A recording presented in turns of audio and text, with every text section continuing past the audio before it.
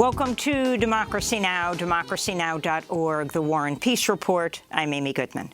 In Afghanistan, at least 6 people, including 3 children, were killed in a U.S. drone attack near the Kabul airport Sunday. Some reports say the total number of victims may be 10 people, including 7 children. This is a local resident who lives near the site of the attack. This is the Koja Bogra neighborhood, and we live here. A rocket came and hit a house, and 6 or 5 people died. I have nothing else to say, and we are distraught. Reporters on the ground are investigating whether the U.S. attack missed the intended target when it killed the civilians.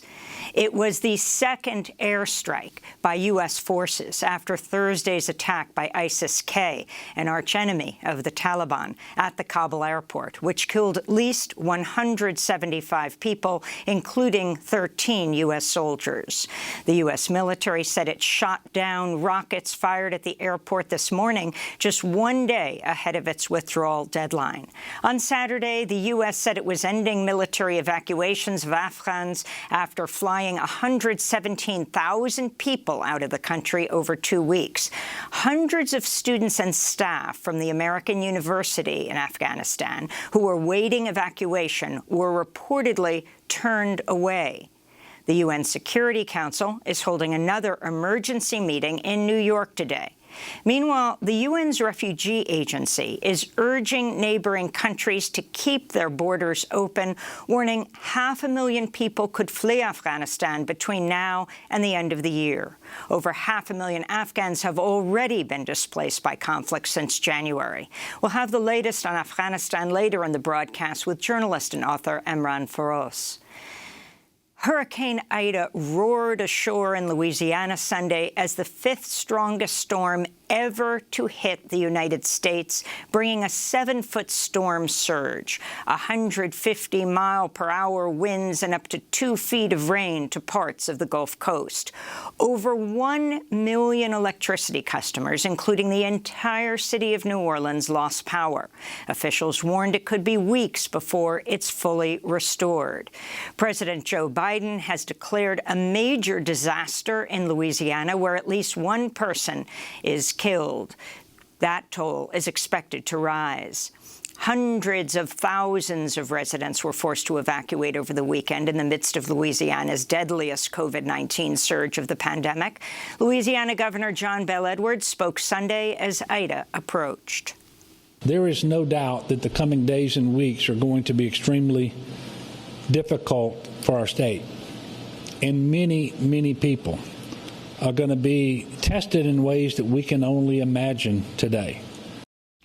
Ida struck 16 years to the day after Hurricane Katrina hit Louisiana on a similar path with similar ferocity, leaving much of New Orleans underwater. This time, officials said the region's complex network of levees and pumps is holding. Ida made landfall at Port Fourchon, a major hub of Louisiana's offshore oil and gas industry.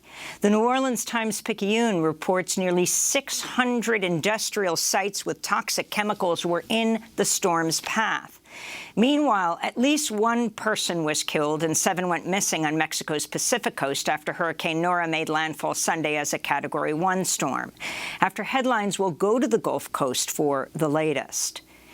U.S. COVID-19 hospitalizations are averaging 100,000 per day for the first time since the winter surge.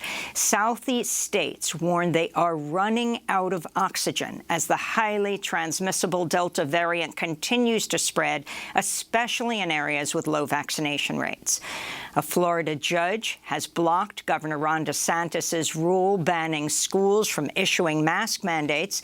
The judge concluded that requiring masks during the pandemic is, quote, reasonable and consistent with the best scientific and medical opinion in this country, unquote.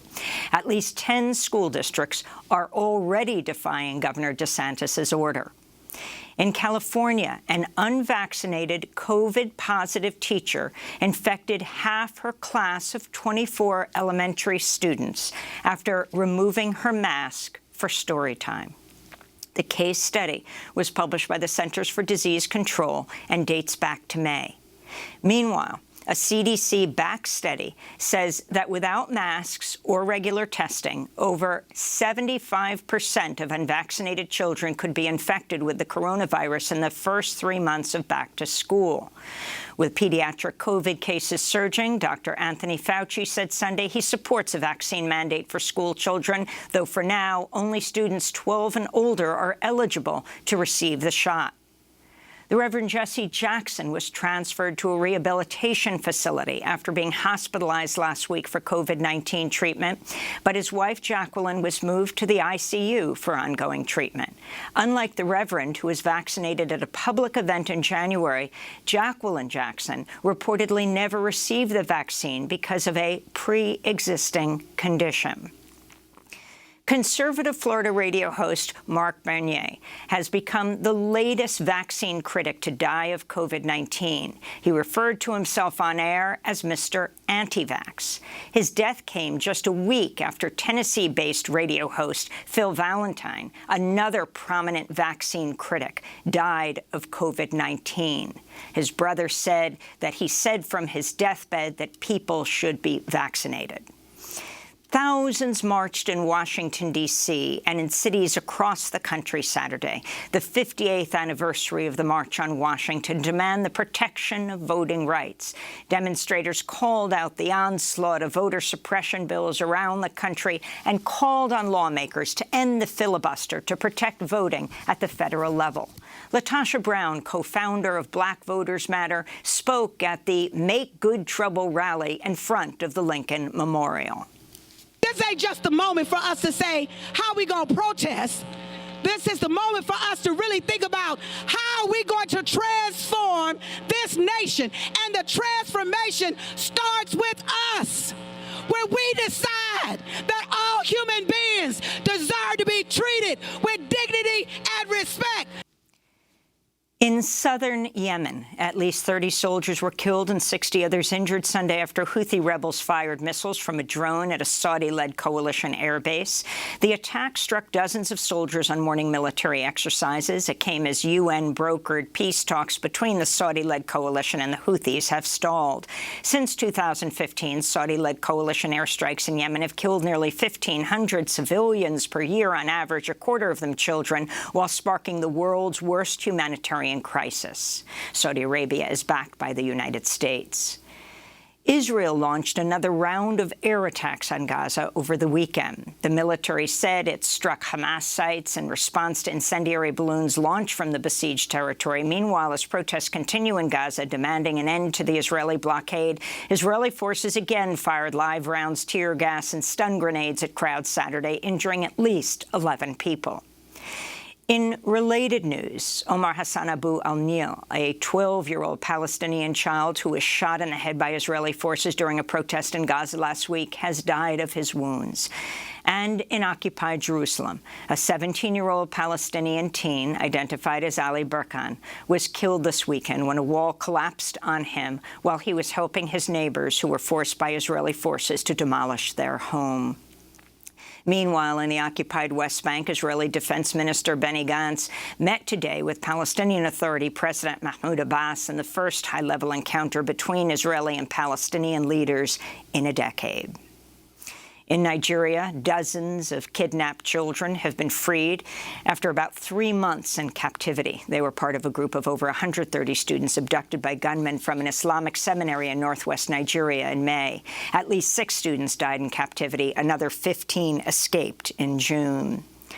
In Mexico, a caravan of some 500 asylum seekers, including young children, were assaulted by Mexican authorities Saturday as the group made its way to Mexico City to demand expedited asylum proceedings.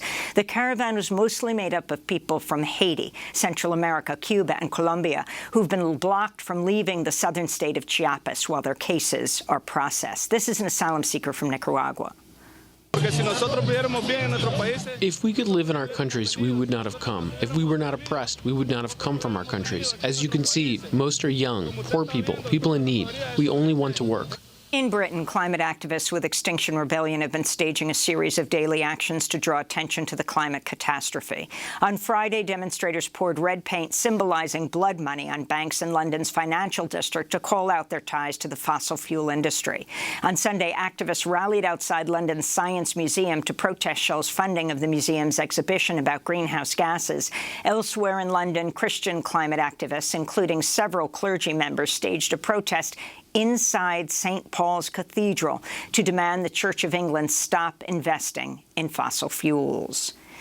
Meanwhile, in Brazil, 6,000 indigenous people representing 176 groups have been camping out in the capital, Brasilia, to condemn the destruction of the Amazon rainforest and the genocide of indigenous people. The massive gathering and protests come ahead of a pivotal Supreme Court decision that could either help restore or severely limit indigenous sovereignty over their ancestral lands.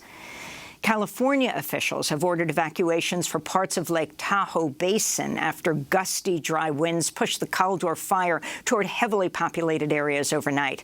The Caldor fire has burned about 170,000 acres. It's just one of several major wildfires raging in California, which is on pace to top 2020's record-shattering fire season. Senator Bernie Sanders was in Michigan, Iowa, and Indiana over the weekend to push the Democrats' $3.5 trillion spending bill in town halls and other events with voters. Sanders, chair of the Senate Budget Committee, said he wanted to speak directly to working people about how the bill will impact them and their communities by investing in child care, worker rights, free community college, and creating well-paid union jobs that will help combat the climate crisis. This bill will put hundreds of billions of dollars into transforming transportation in this country, make our homes and buildings more energy efficient, make agriculture greener, and also on top of all of that, we are going to put many billions of dollars into a civilian climate corps. In California, the Los Angeles City Council passed a resolution to commemorate the disappearance of El Salvador on August 30th, today, coinciding with the International Day of the Victims of Enforced Disappearances. Between 1980 and 1992, some 10,000 people were forcibly disappeared in El Salvador during the brutal U.S.-backed military dictatorship. Overall, an estimated 75,000 people were killed, over 1 million internally displaced or forced to flee El Salvador, with many starting new lives in Los Angeles. And the beloved Hollywood actor and longtime activist Ed Asner has died at the age of 91 at his home in California. On screen, he was best known for playing newsman Lou Grant, first on The Mary Tyler Moore Show, then in his own spin-off. Off-screen, Ed Asner was an outspoken activist for union and labor rights, including during his tenure as the president of the Screen Actors Guild. He condemned President Reagan's support of the right-wing military government in El Salvador and raised funds for medical relief in the country. His activism led CBS to cancel his program, The Lou Grant Show, in 1982. Ed Asner frequently spoke out against American imperialism and perpetual war. In October 2002, he spoke to Democracy Now! Shortly before taking part in mass protests against the Iraq War, and just after then-President George W. Bush received backing from House leaders to invade Iraq.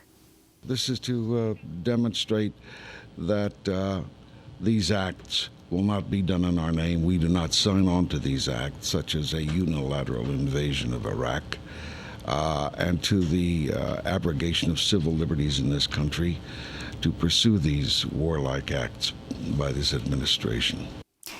To see our full interview with Ed Asner at the time in our attic studios at the Firehouse in downtown Manhattan, just blocks from Ground Zero, you can go to democracynow.org.